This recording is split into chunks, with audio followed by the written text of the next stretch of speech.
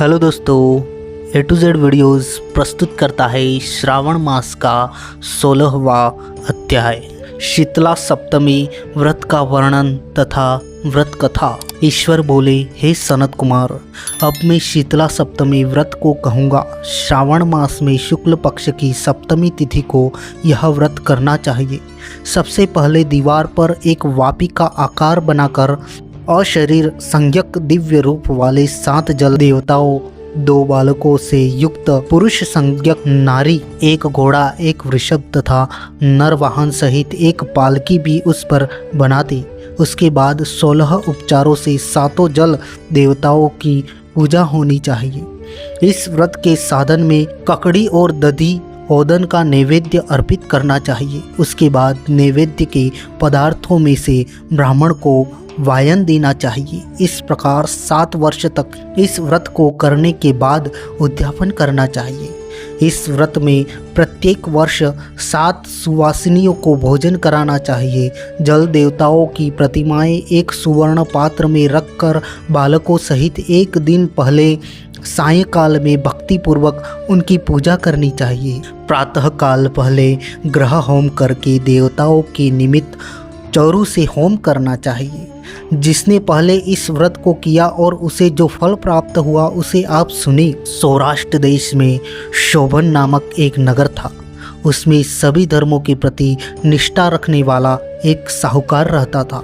उसने जल रहित एक अत्यंत निर्जन वन में बहुत पैसा खर्च करके शुभ तथा मनोहर सीढ़ियों से युक्त पशुओं को जल पिलाने के लिए सरलता से उतरने चढ़ने योग्य दृढ़ पत्थरों से बंधी हुई तथा लंबे समय तक टिकने वाली एक बावड़ी बनवाई। उस बावड़ी के चारों ओर थके हुए राहगीरों के विश्राम के लिए अनेक प्रकार के वृक्षों से शोभायमान एक बाग बनवाया। लेकिन वह बावड़ी सूखी ही रह गई और उसमें एक बूंद पानी नहीं आया। साहूकार सोचने लगा कि मेरा प्रयास व्यर्थ हो गया और व्यर्थ ही धन खर्च किया गया। इसी चिंता में विचार करता हुआ वह साहूकार रात में वहीं सो गया। तब रात्रि में उसके स्वप्न में जल देवता आए और उन्होंने कहा कि हे धनद, जल के आने का उपाय तुम सुनो। यदि तुम हम लोगों के लिए आदर पूर्वक अपने पौत्र की बलि दो तो उसी समय तुम्हारी यह बावड़ी जल से भर जाएगी। यह सपना देख साहूकार ने सुबह अपने पुत्र को बताया। उसके पुत्र का नाम द्रविड़ था और वह भी धर्म कर्म में आस्था रखने वाला था। वह कहने लगा, आप मुझ जैसे पुत्र के पिता हैं। यह धर्म का कार्य है, इसमें आपको ज़्यादा विचार ही नहीं करना चाहिए। यह धर्म ही है जो स्थिर रहेगा और पुत्र आदि सब नश्वर हैं। अल्प मृत्यु से महान वस्तु प्राप्त हो रही है, अतः यह क्रय अति दुर्लभ है। इसमें लाभ ही लाभ है।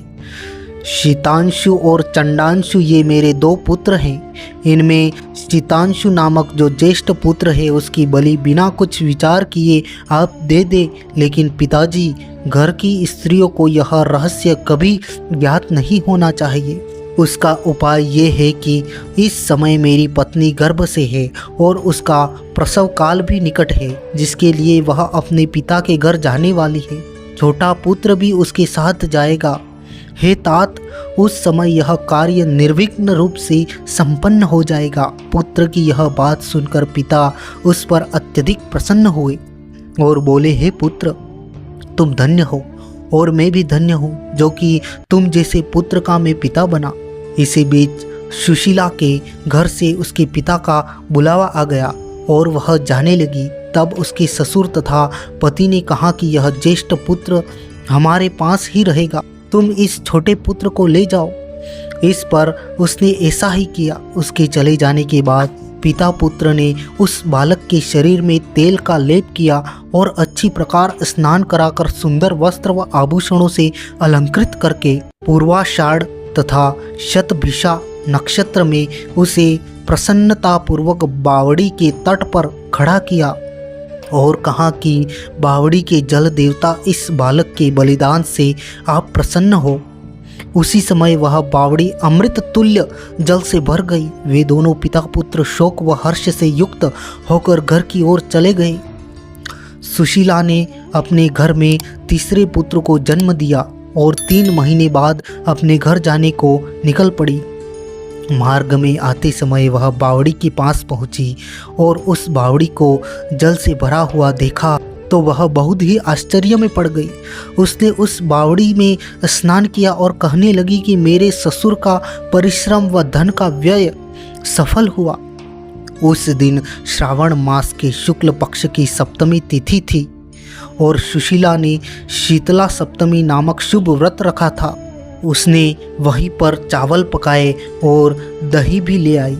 उसके बाद जल देवताओं का विधिवत पूजन करके दही भात तथा ककड़ी फल का नैवेद्य अर्पण किया तथा ब्राह्मणों को वायन देकर साथ के लोगों के साथ मिलकर उसी नैवेद्य अन्न का भोजन किया। उस स्थान से सुशीला का ग्राम 1 योजन की दूरी पर स्थित था। कुछ समय बाद वह सुंदर पालकी में बैठ दोनों पुत्रों के साथ वहां से चल पड़ी। तब वे जल देवता कहने लगे कि हमें इसका पुत्र जीवित करके इसको वापिस करना चाहिए, क्योंकि इसने हमारा व्रत किया है। साथ ही यह उत्तम बुद्धि रखने वाली स्त्री है। इस व्रत के प्रभाव से इसे नूतन पुत्र देना चाहिए। पहले उत्पन्न पुत्र को यदि हम ग्रहण किए रह गए तब हमारी प्रसन्नता का फल ही क्या।